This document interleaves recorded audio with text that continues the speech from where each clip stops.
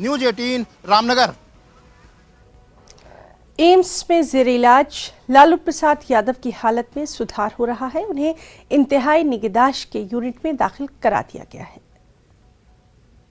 RJD supremo Lalu Yadav की तबीयत में काफी सुधार हो रहा है। उनका इलाज एम्स में लगातार जारी है और कल से लेकर अब तक उनकी तबीयत में काफी सुधार आया है। इसकी जानकारी उनके बेटे तेजस्वी यादव ने एक ट्वीट के जरिए दी है। उन्होंने लोगों से ये अपील भी की है कि किसी भी तरह की अफवाह ना फैलाएं और पहले से जो है उनकी तबीयत में सुधार आ रहा है और पूरी टीम जो है वो उनकी निगरानी कर रही है।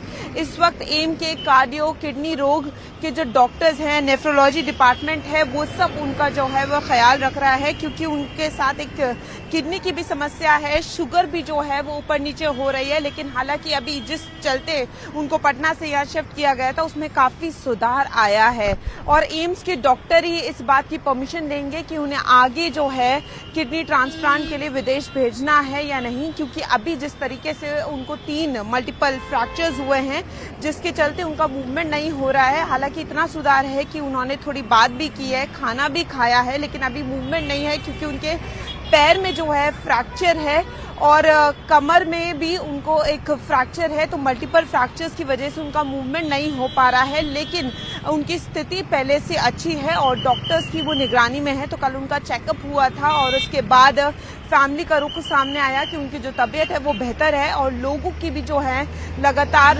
दुआएं साथ चल रही हैं और उसको लेकर उन्होंने कहा कि आप सब जो हैं दुआएं कर रहे हैं वो रंग ला रही है और स्वास्थ्य जो है वो बेहतर हो गया है।